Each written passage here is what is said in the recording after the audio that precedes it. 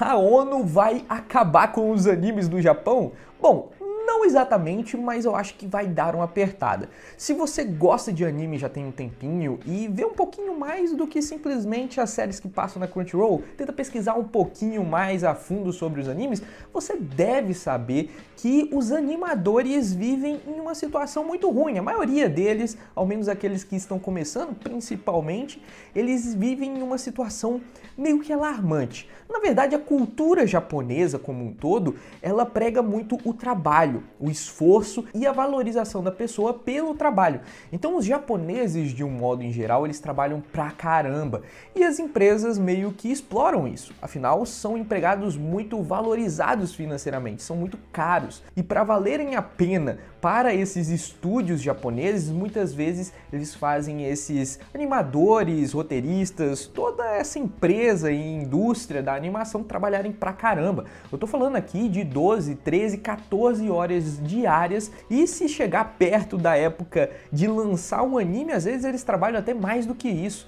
Tem até mesmo alguns produtos lá no Japão que são feitos para as pessoas conseguirem se concentrar e trabalharem mais sem precisarem de descansar. Olha o nível de absurdo que é essa indústria, a cultura geral do Japão com relação ao emprego.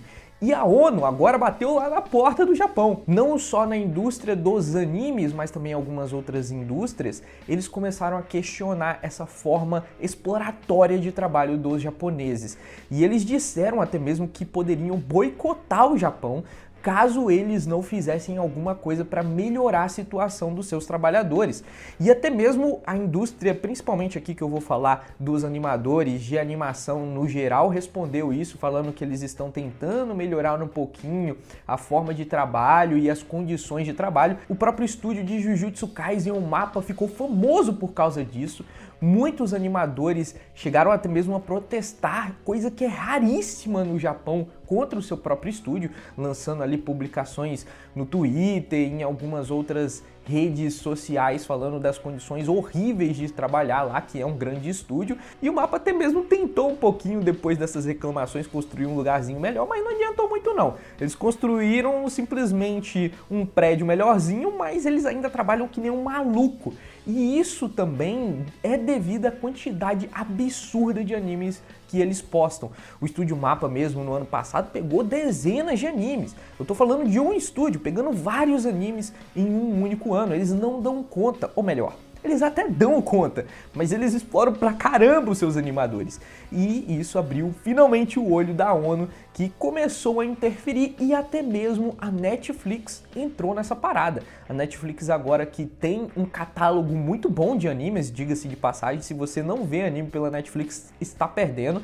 Não é tão divulgado quanto na Crunchyroll ou em algumas outras redes de streaming, mas a Netflix tem animes muito bons mesmo. E ela acabou dizendo que vai apertar o cinto contra empresas que exploram os seus trabalhadores. Então ela vai contratar sim ainda empresas japonesas para fabricar os seus animes, mas só que ela vai colocar ainda mais esforço para evitar que esse tipo de coisa aconteça. Até mesmo porque a Netflix não é uma empresa que tem sede, a sua principal sede no Japão, é uma empresa mais americana, então ela, eu acho que sofreria um pouquinho mais se tivesse alguma coisa com relação aí a direitos de trabalhadores.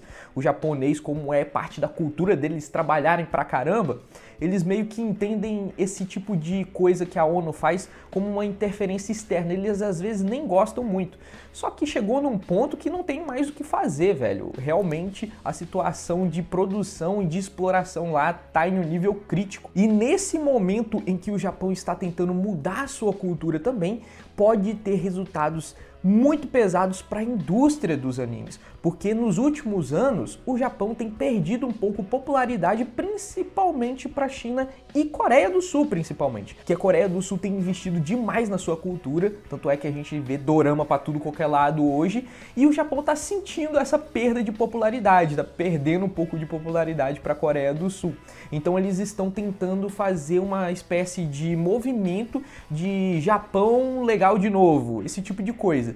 e ser atrelado justamente a algo tão pesado como exploração de trabalho não é legal. Então a tendência que eu digo aqui é que os estúdios acabem pegando menos animes. Pode ser um pouco arriscado para os estúdios, eles pegam muitos animes justamente para diluir a margem de perigo, porque já pensou, eles investem todo o dinheiro deles em um anime só e dá ruim, e aí o estúdio ferrou pro estúdio, né? Então eles pegam vários, porque se algum deles ali derem bom, paga os que deram ruim. Mais ou menos essa é a ideia dos estúdios, só que eles vão ter que mudar isso. Hoje em dia tem mais de 100 animes que são publicados e anunciados por temporada. São 4 temporadas no Japão, cada temporada tem mais de 100 animes. Provavelmente esse número deve começar a cair, justamente por causa dessa pressão da ONU e agora também da Netflix. Eu acho que isso é uma boa notícia, tanto para quem assiste anime, quanto até mesmo para os trabalhadores, porque quando tem muitos animes assim, eu acho que fica um pouco dispersa a atenção do público.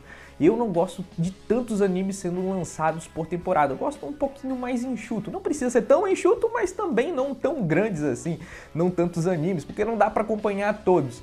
Então o que eu acredito que venha a acontecer é que esse número de publicação de animes venha a cair ou a margem de lucro das empresas diminua e eles contratem mais animadores.